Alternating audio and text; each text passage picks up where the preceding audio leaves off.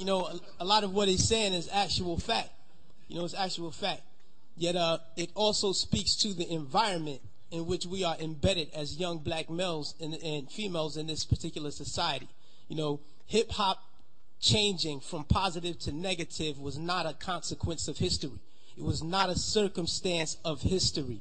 It was nothing that just happened on its own. It had nothing to do with the changing of the times. It had nothing to do with that. It had everything to do with the fact that there are people in this particular society who wants to see us exactly where we are.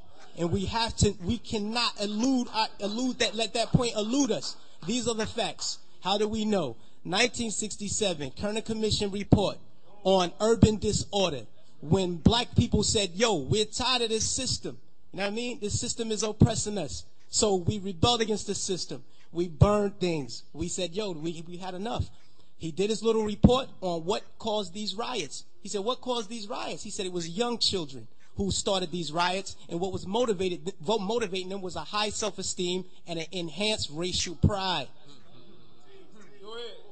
He said the majority of the rioters were high school dropouts, but they had a higher political orientation than their peers who did not drop out. And they saw the system as their enemy, so they attacked it in the right circumstance. So fast forward to 1992. Same thing. #1 record on the radio. We had Fight the Power. Fight the Power is on the radio. Rodney King gets beaten before the world. The black youth rebelled against the system. Again, they did it again. And why? What primed them? Positive hip hop. Primed them. Fight the Power. X-Clan. Brand Nubian. You had these groups out here who were politically orienting black kids in the right direction, giving them the proper promptness that they needed so that they can respond properly to oppression. All right? In 1967, when the riots happened, he saw that the self-esteem and the racial pride was fueling this. So he said, how do I bring that down so that they will not riot? And what he did, he flooded the airways with black exploitation movies. Nigga Charlie and the Return of Nigga Charlie. These were movies. Hip-hop didn't start calling people niggas.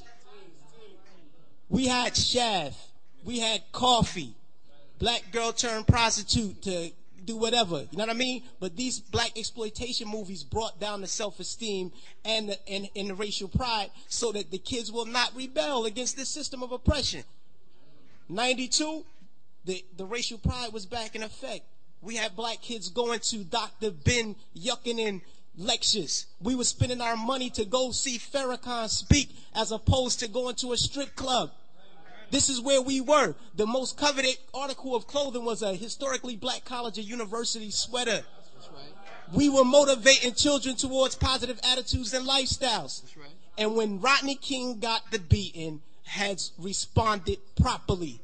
Fast forward to our day. Sean Bell is shot 50 times in the street in New York by police officers. #1 song on the radio, Like a Lollipop. Nobody do nothing.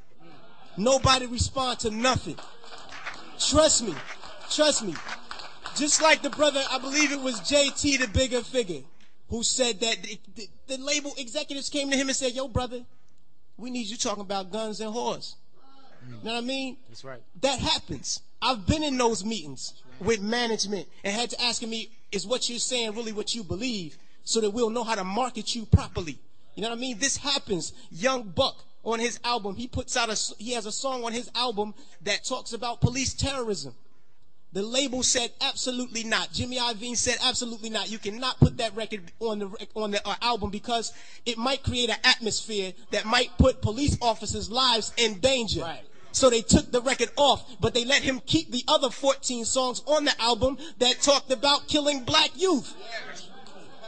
So this is what we're dealing with. We're not dealing with a circumstance or consequence of history. You know what I mean? The environment that we're embedded in puts us in a situation where we feel we have to maneuver and play the game and water our message down. You know what I mean? But no, what happened was they intentionally shifted the paradigm to get us exactly where we are right now.